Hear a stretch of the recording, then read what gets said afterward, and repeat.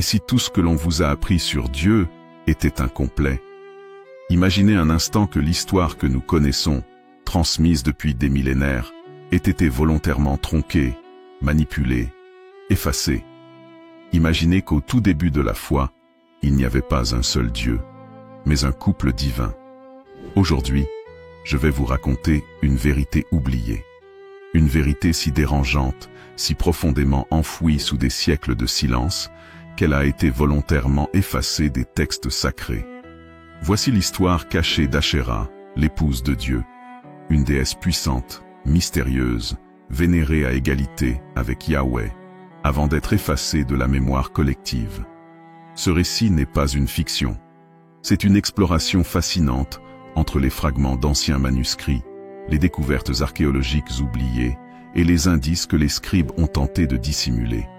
Si vous aimez les récits interdits, les révélations qui bousculent notre vision du monde et les mystères que l'histoire a voulu faire disparaître, alors cette vidéo est pour vous. Et croyez-moi, la vérité sur Ashéra va vous laisser sans voix. Abonnez-vous maintenant à la chaîne Histoires émouvantes. Laissez un like si vous aimez les récits qui réveillent les esprits. Et préparez-vous à un voyage millénaire au cœur de la spiritualité perdue de l'humanité. Car ce que vous allez entendre, vous ne l'avez jamais vu nulle part ailleurs. Ashéra, la déesse oubliée, l'épouse de Dieu, la mère du ciel, celle qui dérange encore aujourd'hui. Il est des noms que le sable tente d'ensevelir. Des noms si puissants, si dérangeants, que les prêtres ont préféré les faire taire plutôt que de les laisser vivre. Mais parfois, l'histoire s'en mêle. Elle gratte sous les couches de cendres, d'oubli et de dogmes. Et là, au détour d'un fragment brisé, d'un texte oublié dans une grotte, le murmure revient. Ce murmure, c'est Ashéra. Qui était-elle? Une déesse mère vénérée depuis les débuts de l'humanité, une compagne divine, censurée par l'histoire patriarcale, ou peut-être le chaînon manquant entre les religions polythéistes antiques et le monothéisme moderne. C'est ce que nous allons découvrir. Bien avant l'apparition du monothéisme, le Proche-Orient regorgeait de dieux. Leurs noms étaient aussi multiples que les étoiles du ciel. Et parmi eux, une figure brillait de manière singulière. La grande déesse, mère de la vie, épouse des cieux, nourricière des hommes. Ashéra était l'un de ces noms. Son culte remonte à l'âge du bronze, dans les cités de Canaan, bien avant l'émergence du judaïsme. Dans les tablettes retrouvées à Ougarit, dans l'actuelle Syrie, datées du XIVe siècle avant J.C., elle apparaît sous le nom Atirat, parfois orthographiée Ashératou. Elle y est décrite comme la mère des dieux, l'épouse du Dieu suprême El. Oui, El, un nom que l'on retrouve dans Israël, Beth-El, ou même Elohim. Selon les textes ougaritiques, Atira vivait dans une mer sacrée, entourée de 70 fils divins. Elle est celle qui intercède, celle qui conseille Elle, celle qui donne la vie. Il s'agissait de la continuation d'un culte ancien, profondément enraciné dans la spiritualité hébraïque. Cela signifie qu'avant même que le judaïsme ne devienne rigoureusement monothéiste, le culte de Yahweh cohabitait avec celui d'Ashéra. Ensemble, ils formaient un couple divin, un équilibre entre le masculin et le féminin, entre ciel et terre. Mais cet équilibre ne dura pas. Vers le 7e siècle avant J.C., tout change. Le roi Josias, influencé par des scribes et des prêtres soucieux d'unifier le culte autour d'un seul dieu mâle, ordonne une réforme radicale. Il détruit les statues d'Ashéra, brûle les poteaux sacrés et centralise le culte exclusivement à Yahweh, seul et indivisible. Ce moment marque la naissance du monothéisme exclusif, tel qu'on le connaît aujourd'hui. Ashéra devient alors l'ennemi, la fausse idole. Elle est diabolisée, réduite au silence, rayée des textes, sauf comme symbole de l'erreur. Mais on n'efface pas si facilement des siècles de dévotion. La question qui hante les chercheurs, théologiens et archéologues est simple. Pourquoi effacer Ashéra? Parce qu'Ashéra représentait le féminin sacré. Elle remettait en question l'autorité patriarcale naissante, menaçait le pouvoir centralisé des prêtres masculins et incarnait une vision trop égalitaire du divin. Dans un monde où les empires reposaient sur des hiérarchies rigides, une déesse mère puissante, indépendante et honorée aux côtés d'un dieu mâle, était tout simplement intolérable. Il s'agissait de la continuation d'un culte ancien, profondément enraciné dans la spiritualité hébraïque. Cela signifie qu'avant même que le judaïsme ne devienne rigoureusement monothéiste, le culte de Yahweh cohabitait avec celui d'Ashéra. Ensemble, ils formaient un couple divin, un équilibre entre le masculin et le féminin, entre ciel et terre. Mais cet équilibre ne dura pas. Vers le 7e siècle avant J.C., tout change. Le roi Josias, influencé par des scribes et des prêtres soucieux d'unifier le culte autour d'un seul dieu mâle, ordonne une réforme radicale. Il détruit les statues d'Ashéra, brûle les poteaux sacrés et centralise le culte exclusivement à Yahweh, seul et indivisible. Ce moment marque la naissance du monothéisme exclusif, tel qu'on le connaît aujourd'hui. Ashéra devient alors l'ennemi, la fausse idole. Elle est diabolisée, réduite au silence, rayée des textes, sauf comme symbole de l'erreur. Mais on n'efface pas si facilement des siècles de dévotion. La question qui hante les chercheurs, théologiens et archéologues est simple. Pourquoi effacer Ashéra? Parce qu'Ashéra représentait le féminin sacré. Elle remettait en question l'autorité patriarcale naissante, menaçait le pouvoir centralisé des prêtres masculins et incarnait une vision trop égalitaire du divin. Dans un monde où les empires reposaient sur des hiérarchies rigides, une déesse mère puissante, indépendante et honorée aux côtés d'un dieu mâle, était tout simplement intolérable. La solution? La supprimer. Modifier les textes, réécrire l'histoire, jusqu'à faire croire que Dieu avait toujours été seul. Mais le mythe d'Ashéra ne s'est pas éteint. Il a muté. On retrouve ses traces dans Ishtar, Babylone, Astarté, Phénicie, Isis, Égypte, Shakti, Inde, et même dans la figure de Marie, mère de Jésus, vénérée dans le catholicisme avec une ferveur quasi divine. Ashéra, comme un fleuve souterrain, a continué de couler sous les civilisations, prenant de nouveaux visages, mais gardant son essence, le pouvoir du féminin sacré. Ashéra n'était pas une simple légende.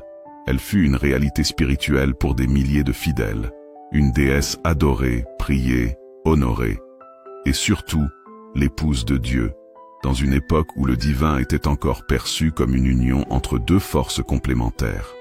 Le silence n'arrive jamais par hasard.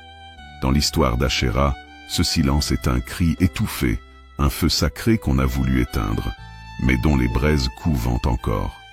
Au cœur de la Bible, derrière les versets les plus rigoureux, se cache un effort coordonné, l'effacement méthodique d'une déesse.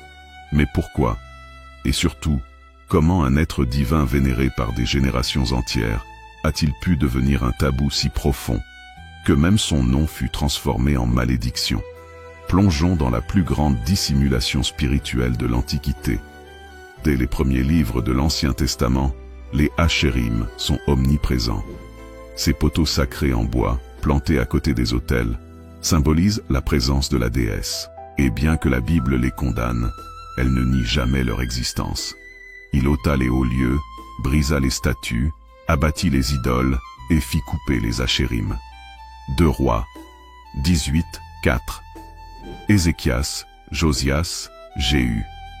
Autant de rois bibliques acclamés non pas pour avoir prié Dieu, mais pour avoir détruit les symboles d'Ashéra.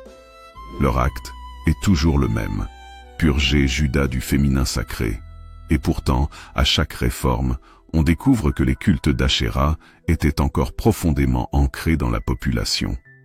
Elle n'était pas une étrangère.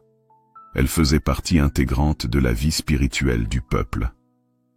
Des fouilles archéologiques dans les régions de Samaria, Lachish et Jérusalem ont mis au jour des figurines en argile représentant une femme nue au sein proéminent. Ces figurines, qu'on appelle parfois les déesses du pain ou dieux de la fécondité, sont presque toujours associées à Ashéra. Alors pourquoi l'avoir effacée? Nous sommes au 7e siècle avant J-C. Le royaume de Juda est menacé. L'Assyrie s'effondre, Babylone monte. Le chaos approche. Le roi Josias, jeune souverain ambitieux, comprend une chose. Pour survivre, son royaume a besoin d'unité, d'ordre et d'un Dieu unique. C'est dans ce contexte que ces prêtres annoncent une découverte spectaculaire. Un livre de la loi, oublié dans le temple. La plupart des spécialistes s'accordent à dire qu'il s'agissait probablement du Deutéronome, un texte beaucoup plus rigide, qui rejette tout culte autre que celui de Yahweh seul. Tu ne te feras point d'image taillée, ni aucune figure de ce qui est dans les cieux. C'est le début d'un nettoyage spirituel radical. Les statues d'Ashéra sont brûlées. Les prêtres qui la servaient sont expulsés. Le temple de Jérusalem est purifié. Il fit sortir du temple de l'Éternel tous les objets consacrés à Baal, à Ashéra et à toute l'armée des cieux. 2 Rois 23, K4. C'est un moment charnière. Pour la première fois, le féminin sacré est non seulement interdit, mais considéré comme une abomination. Mais l'épuration ne s'est pas faite uniquement par le feu. Elle s'est faite par la plume. Les scribes hébreux, gardiens des textes sacrés, se lancent dans une vaste entreprise de réécriture théologique. Et ce travail est invisible, sauf si l'on sait quoi chercher. Dans les livres les plus anciens, Dieu parle souvent à la première personne plurielle. Faisons l'homme à notre image. Genèse 1, 26. Qui est ce nous? Les commentateurs modernes y voient un pluriel de majesté. Mais beaucoup d'anciens chercheurs y lisaient la trace d'un panthéon perdu, d'une dualité divine oubliée. D'ailleurs, le nom même de Dieu, Elohim, est grammaticalement pluriel. Les premières versions des textes sacrés contenaient sans doute des références claires à Ashéra. Mais peu à peu, à mesure que le monothéisme se radicalise, ces passages sont modifiés, recopiés, corrigés. Certaines versions du livre de Jérémie, par exemple, condamnent les femmes qui pétrissent des gâteaux pour la Reine du Ciel. Nous n'avons manqué de rien quand nous offrons des gâteaux à la Reine du Ciel. Jérémie 44, 17. Cette Reine du Ciel n'était autre que Ashéra, ou peut-être Astarté, sa sœur jumelle spirituelle. Mais qu'importe le nom, le message est clair. Une déesse était encore aimée. Et cela dérangeait. Ce rejet du féminin sacré n'est pas une simple question de dogme religieux. Il correspond à un basculement de pouvoir. Dans les sociétés patriarcales antiques, le pouvoir spirituel féminin était une menace directe au pouvoir royal et sacerdotal masculin. Une déesse est difficile à contrôler. Une prêtresse aussi. Un peuple qui prie une mère divine est moins docile qu'un peuple soumis à un dieu roi. Ainsi, Ashéra n'était pas qu'une figure religieuse.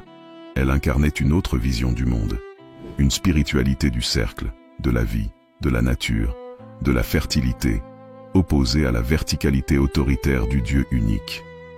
Et pourtant, malgré les siècles d'effacement, le souvenir d'Ashéra n'a jamais complètement disparu.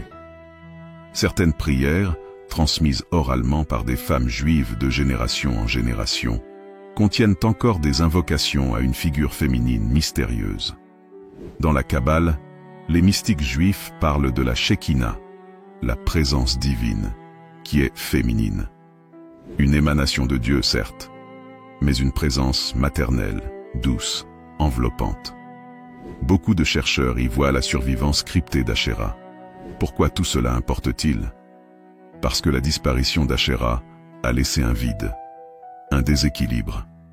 Dans notre monde contemporain, beaucoup ressentent une absence de féminin dans la spiritualité institutionnelle, une soif de douceur, de maternité divine, de compassion cosmique. Ce n'est pas un hasard si le culte marial est si fort dans le catholicisme, ou si des millions de femmes se tournent aujourd'hui vers des formes alternatives de foi, Wicca, néopaganisme, déesse mère, etc. Elles cherchent ce que l'on a arraché, le visage féminin de Dieu. Imaginez un désert aride, un vent chargé de sable, soufflant à travers les ruines silencieuses d'un temple oublié. Sous la surface, protégées du regard des hommes et des siècles, dorment des tablettes d'argile, des statuettes cassées, des inscriptions gravées à la main, et puis soudain, un archéologue creuse, découvre, lit. Et ce qu'il découvre bouleverse tout. Dans les années 1970, des fouilles menées à Kuntilet Ajrud, une ancienne forteresse du désert du Sinaï, mettent au jour un ensemble de jarres décorées et d'inscriptions hébraïques. L'une d'elles attire immédiatement l'attention des spécialistes. « Je vous bénis par Yahweh de Samarie et par sa Ashéra. » Sa Ashéra, comme s'il s'agissait d'un être personnel, intime, compagnon sacré du Dieu d'Israël. Ce n'est pas un texte isolé. À Khirbet el-Kom, autre site archéologique en Judée, une stèle datée du 8e siècle avant J.C. contient une inscription presque identique, suggérant encore une fois l'union de Yahweh et d'Ashéra.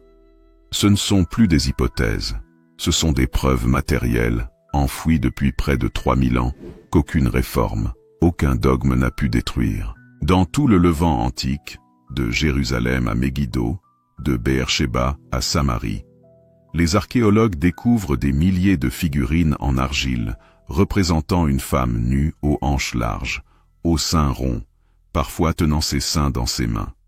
Ces objets, souvent brisés rituellement, étaient utilisés dans des rituels domestiques, probablement tenus par des femmes. La ressemblance entre ces figurines et les descriptions d'Ashéra est frappante. Les chercheurs les appellent aujourd'hui Judaite Pillar Figurines. Mais leur nombre est ce qui choque le plus. On en trouve des centaines dans presque chaque maison fouillée en Juda. Cela suggère un culte de la déesse profondément ancré, populaire et très féminin. Et ce culte existait pendant la période monarchique, en parallèle du culte de Yahweh. Ce que les textes censurent, les objets le révèlent sans détour. Bien avant le judaïsme biblique, la ville d'Ougarit, actuelle Ras Shamra en Syrie, était un centre spirituel majeur. C'est là que furent découvertes, dans les années 1920, les fameuses tablettes ougaritiques, rédigées en cunéiforme alphabétique. Ces textes nous plongent dans le panthéon cananéen antique, dans lequel Ashéra, sous le nom d'Atirat, joue un rôle fondamental. Elle y est décrite comme l'épouse du Dieu suprême, elle, la mère des 70 dieux, les fils d'elle, celle qui intercède, qui inspire, qui nourrit le monde. Dans un hymne, elle est appelée celle qui marche sur la mer, une image presque divine et poétique. Elle partage même des traits avec les déesses marines, comme Tiamat ou Yam. Ces textes sont les plus anciens récits de la cosmogonie sémitique et montrent que le culte d'Ashéra ne fut jamais marginal. Il était fondateur. Les grandes institutions religieuses ont toujours mis l'accent sur les textes canoniques, mais de plus en plus de chercheurs se tournent vers les textes marginaux, papyrus, écrits gnostiques, manuscrits apocryphes, et là aussi, le féminin sacré refait surface. Dans les manuscrits de Nag Hammadi, découverts en Égypte en 1945, des textes gnostiques présentent la sagesse, Sophia, comme un principe féminin divin, tombé dans le monde matériel, mais à l'origine de la création. Certains courants gnostiques affirment même que Dieu possédait une parèdre, épouse céleste, que les autorités ont voulu cacher.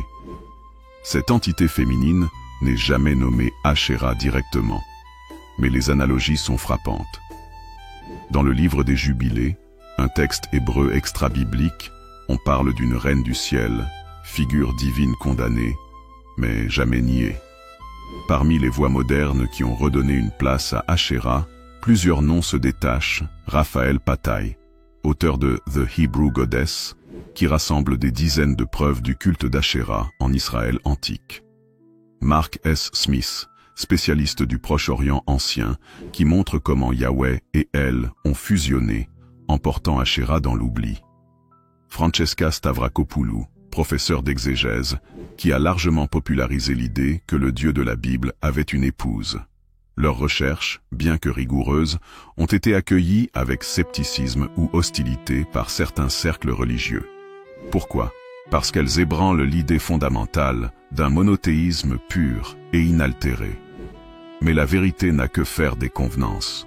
Elle est là, dans la poussière, dans la pierre, dans les fragments. Elle attend qu'on la voie.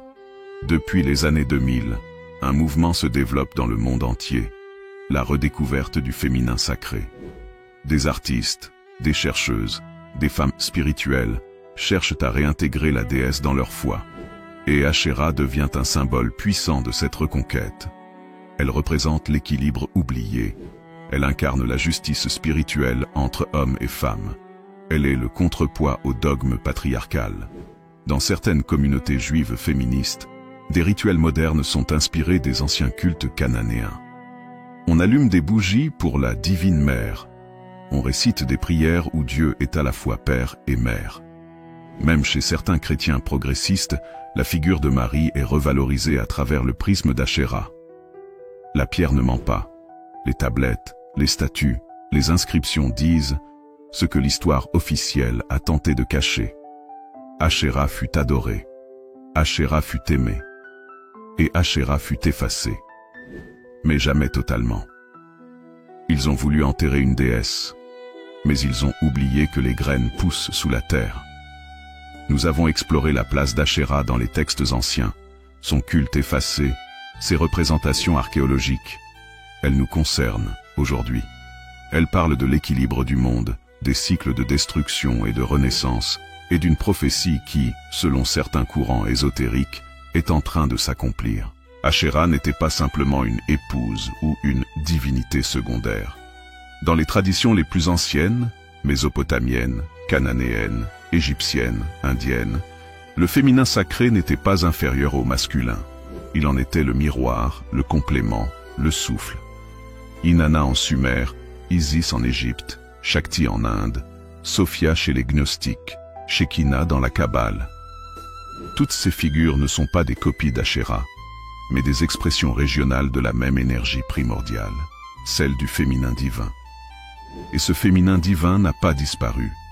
Il a été refoulé, combattu, réduit au silence dans les structures patriarcales. Asherah, dans ce contexte, devient le symbole universel de la puissance féminine étouffée. Mais cette puissance ne dort que d'un œil. Dans la mystique juive, notamment dans la Kabbale, on découvre un concept fascinant, la Shekinah. La Shekinah est la présence divine immanente, souvent décrite comme féminine, compassionnelle, proche de l'humanité. Elle est celle qui accompagne Israël en exil, qui pleure avec les opprimés, qui attend la restauration du monde. Certains kabbalistes médiévaux affirmaient même que la Shekinah était séparée du Dieu transcendantal à cause du péché de l'humanité, et que le but de la vie spirituelle était de les réunir à nouveau. Cela vous rappelle quelque chose? La séparation d'Asherah de Yahweh, l'exil de la reine, l'attente du retour. Asherah et la Shekinah ne sont pas nommément liés dans les textes kabbalistiques. Mais de nombreux chercheurs mystiques postulent une continuité. L'idée que le féminin divin, expulsé du monde officiel, survit dans les profondeurs du mystère. Dans certains récits kabbalistiques, la réparation du monde, le tikkun, ne sera possible qu'au moment où le féminin et le masculin divin seront réunis. Depuis des siècles, de nombreux textes occultes et traditions ésotériques prédisaient le retour de la grande déesse dans les temps de trouble. Parmi eux, les gnostiques parlaient du retour de Sophia, une entité divine tombée dans la matière, mais devant être réintégrée à la lumière. Certains alchimistes médiévaux, comme Jacob Böhm, évoquaient le retour de la mère divine comme condition de l'équilibre cosmique. Les prophètes soufis voyaient dans la belle disparue une image de la connaissance cachée, et même dans certaines versions occultes de la Bible, des lectures alternatives ont fait surface. Et je vis la femme, couronnée d'étoiles, revêtue du soleil, la lune sous ses pieds. Apocalypse 12. Certains affirment que cette femme n'est pas seulement Marie, mais la version codée d'Asherah, la reine du ciel caché, revenue pour combattre le dragon de l'oubli. Les temps modernes, avec leur déséquilibre, leur crise spirituelle, leurs bouleversements climatiques et sociaux, seraient le signe que le masculin divin, seul, ne suffit plus. Il faut le retour du féminin sacré.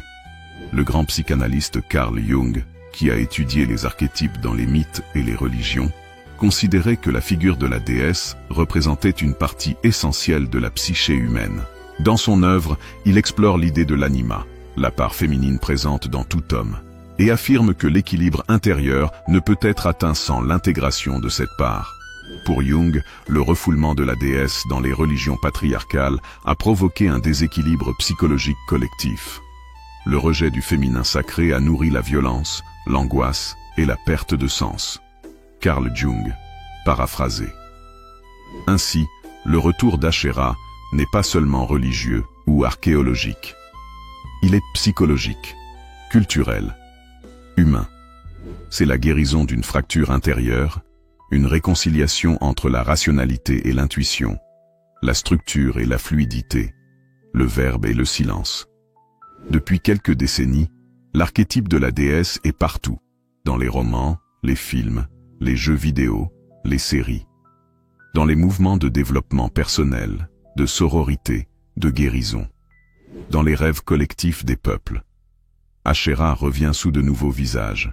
Galadriel, dans Le Seigneur des Anneaux, la force dans Star Wars, qui a un équilibre entre lumière et obscurité. Moana, qui restaure la déesse terre dans Vaiana. Daenerys, la reine dragon, qui libère les opprimés. Ce ne sont pas des reproductions fidèles d'Asherah, mais ce sont ses échos, ses reflets modernes. Et ce que cela révèle est troublant. Nous avons faim de la déesse. Notre époque cherche la voie de la mer. Certaines théories vont plus loin, bien plus loin.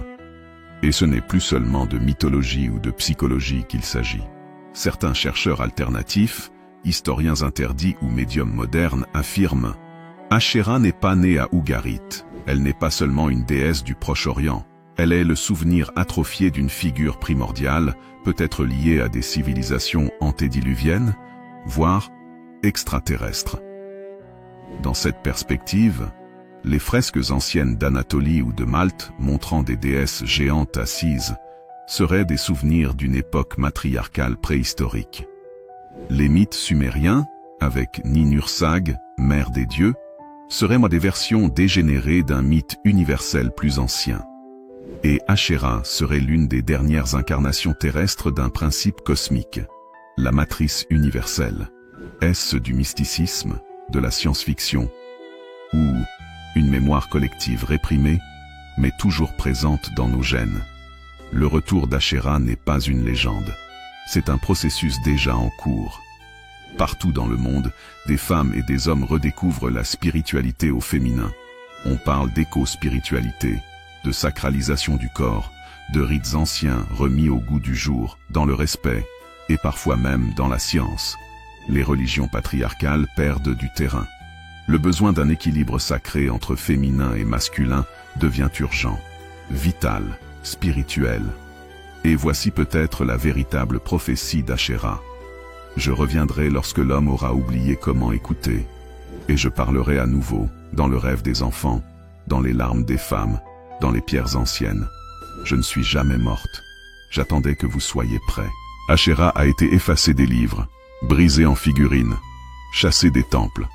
Mais aujourd'hui, elle revient, non pas en tant qu'idole ou dogme, mais en tant que souvenir, force intérieure, archétype de vie.